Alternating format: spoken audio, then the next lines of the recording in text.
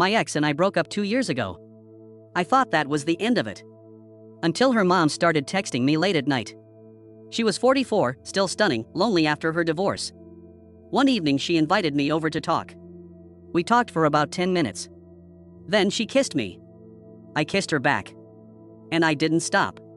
She took me to her bedroom, the same bed her daughter used to sleep in. She showed me things her daughter never even tried. And I kept going back. Again and again. This is my confession. Welcome back to Late Night Confession Stories, the place where real people finally share the secrets they've buried deepest. Tonight's confession is raw, forbidden, and unapologetically honest, a young man who crossed the ultimate line with the one woman he was never supposed to touch. If you're new here, hit subscribe and turn on notifications. These stories only get darker and more addictive. Now, let's begin. My ex and I were together for almost 4 years. We were young, stupid, in love, the kind of love that feels like it's going to last forever until it doesn't. She broke up with me on a rainy Tuesday. Said she needed space, needed to find herself, needed something I couldn't give. I was 25. Heartbroken. Lost. I thought that was the end of the story. Then her mom started texting me. At first it was innocent. "Hey, how are you holding up? I know this is hard. I'm here if you need to talk." Her name was Nadia. 44, divorced 3 years earlier. Still looked like she could stop traffic, dark hair, sharp eyes, the kind of body that time had only improved. She'd always been kind to me when I was dating her daughter. Always made extra food when I came over. Always asked about my day like she actually cared. I never thought anything of it. But the texts kept coming. More frequent. More personal. She asked if I was eating. If I was sleeping. If I was okay. I started replying. Short at first. Then longer. Then late at night. One Friday she asked if I wanted to come over. Just to talk, she said. Her dad's out of town. I could use the company. I told myself it was nothing. Just two people who missed someone.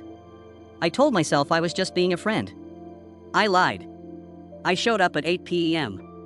She opened the door in yoga pants and a loose tank top. No makeup. Hair in a messy bun.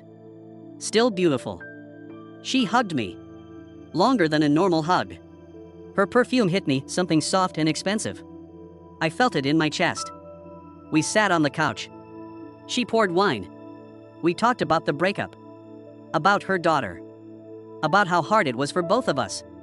She cried a little. I put my arm around her. She leaned into me. Then she looked up. Eyes wet. Vulnerable. And she kissed me. I froze. 1 second. 2. Then I kissed her back. It wasn't gentle. It wasn't sweet. It was hungry. Desperate. Like we'd both been starving for something we didn't even know we needed. Her hands were in my hair. My hands were on her waist. Pulling her closer. She tasted like wine and salt and forbidden. She pulled back just enough to whisper, "Upstairs." I followed her. Up the stairs.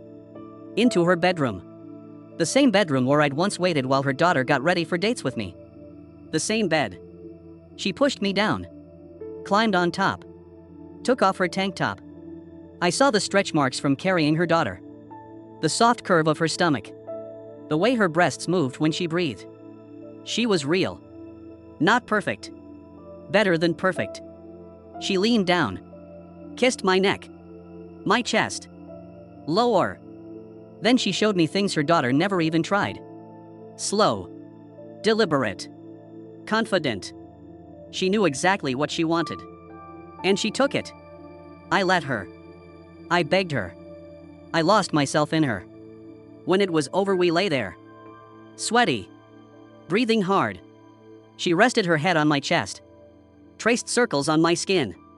Neither of us spoke for a long time. Then she whispered, "Don't tell anyone." I said, "I won't." She kissed me again. Soft this time. Almost tender. I left before midnight. Drove home with her taste still on my lips. Her scent on my clothes. Guilt already creeping in. But the guilt wasn't loud enough to stop me from checking my phone the next morning. A text from her. "Just one word again?" I replied. "Yes." And that was the beginning. The first time was supposed to be the only time. A mistake. A moment of weakness. But Nadia texted again the next weekend. Just checking in, she wrote. I replied. We talked. Then she asked if I wanted to come over. Bring wine, she added. I brought wine. We drank it on the couch. We talked about her daughter. About the breakup. About how lonely the house felt now. Then she kissed me again. I didn't stop her. We ended up in her bedroom again. Same bed. Same sheets. She moved slower this time. More deliberate. She guided my hands. Showed me exactly how she liked to be touched. Where to kiss. How hard. How soft. She whispered things her daughter never said. Things that made my blood burn. I learned fast. I wanted to please her. I needed to. When it was over, she lay against me. Her head on my chest. Her fingers tracing lazy circles on my stomach. I shouldn't be doing this, she whispered. I didn't answer. Because I didn't want her to stop. It became a pattern. Every other weekend. Sometimes midweek if her ex was working late. She'd text, doors unlocked. I'd go. We'd talk for a while. Pretend it was just company. Then we'd stop pretending. She taught me patience. Control. How to read a woman's body. How to make her shake. How to make her beg. Her daughter had been sweet. Eager. But Nadia was different. Confident. Demanding. She knew what she wanted. And she took it from me. I gave it willingly. The guilt came in waves. Small at first. A pang when I saw a photo of my ex on social media. A tightness in my chest when Nadia said her daughter's name. But the guilt was never loud enough to stop me. It just made everything sharper. More intense. More forbidden. One night she asked me to stay. Her ex was out of town. No risk. I stayed. We didn't sleep much. She woke me at 3 a.m., kissed my neck. Guided my hands again. Whispered things that made me lose control. I gave her everything. She took it all. When the sun came up, she made coffee. We sat at the kitchen table. She in a robe. Me in yesterday's clothes. She looked at me. Smiled. You're good at this, she said. I laughed. Nervous. She reached across the table. Took my hand. I mean it. You listen. You learn. You make me feel young again. I didn't know what to say. So I didn't say anything. I just squeezed her hand back. That afternoon I went home. Showered. Tried to wash her off me. Couldn't. Her scent was in my skin. Her voice in my head. Her taste on my tongue. I looked at myself in the mirror. Saw someone I didn't recognize. Someone who was addicted. Someone who was betraying people he used to love. I told myself I'd stop. I told myself next time I'd say no. I lied. Because when she texted the following week, doors unlocked. Bring wine. I went. Again. And again. And again. If this confession is already pulling you in deeper than you expected, hit that like button right now. It really helps these stories reach more people living the same secrets. Subscribe and turn on notifications so you never miss another raw, forbidden confession. And drop a comment below. Have you ever crossed a line you knew was wrong and kept crossing it anyway? Would you have stopped after the first time or gone back again and again? No judgment here, just real talk. Now, let's go back to the confession. The guilt was there every time. But so was the want. And the want was louder. Nadia started calling me baby when we were alone. Soft. Casual. Like it was normal. I liked it more than I wanted to admit. She'd text me during the day. Photos. Nothing explicit. Just her in a robe. A new dress. A glass of wine. And one word, tonight? I'd reply. On my way. I stopped making excuses to myself. I just went. One evening she asked me to stay the whole night. Her daughter was away at college for the weekend. No risk. I said yes. We cooked dinner together. Laughed. Drank wine. It felt like a date. Like something real. Not just sex. She looked at me across the table. Smiled. You make me feel young again, she said. I didn't know what to say. So I kissed her instead. We didn't make it to the bedroom.